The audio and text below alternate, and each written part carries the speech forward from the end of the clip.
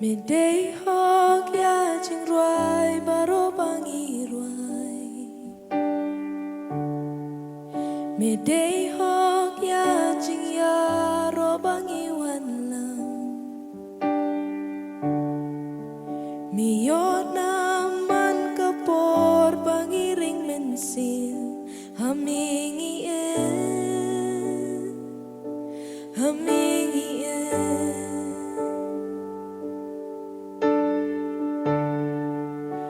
Jisu kerteng halor ki kerteng baro. Jisu ditang mami balaban pen im. Miyot naman kapor bangiring mensil hamingi hamingi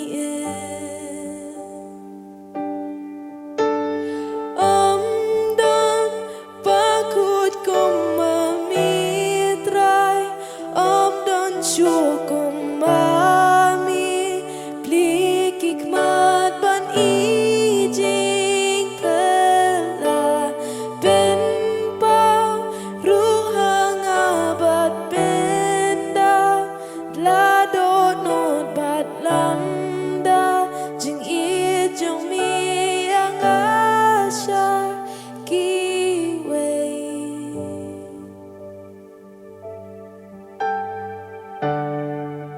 Midday hog ya jing ruai baro bangi ruai. Midday hog ya jing ya ro bangi wan lam. Miyot naman kapor bangi ring mensil hamingi hamingi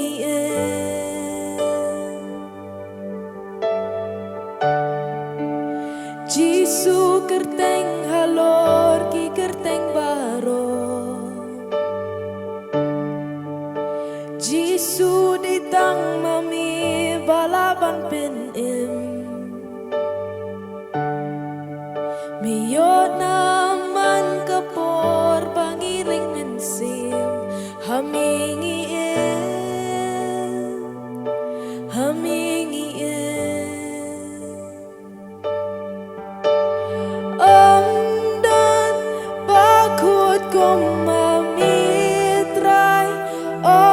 Syukum mami blik hikmat ban ijing kela ben pau ruhang abad benda ladot not bat lamda jing ijong mi ang asya kiway.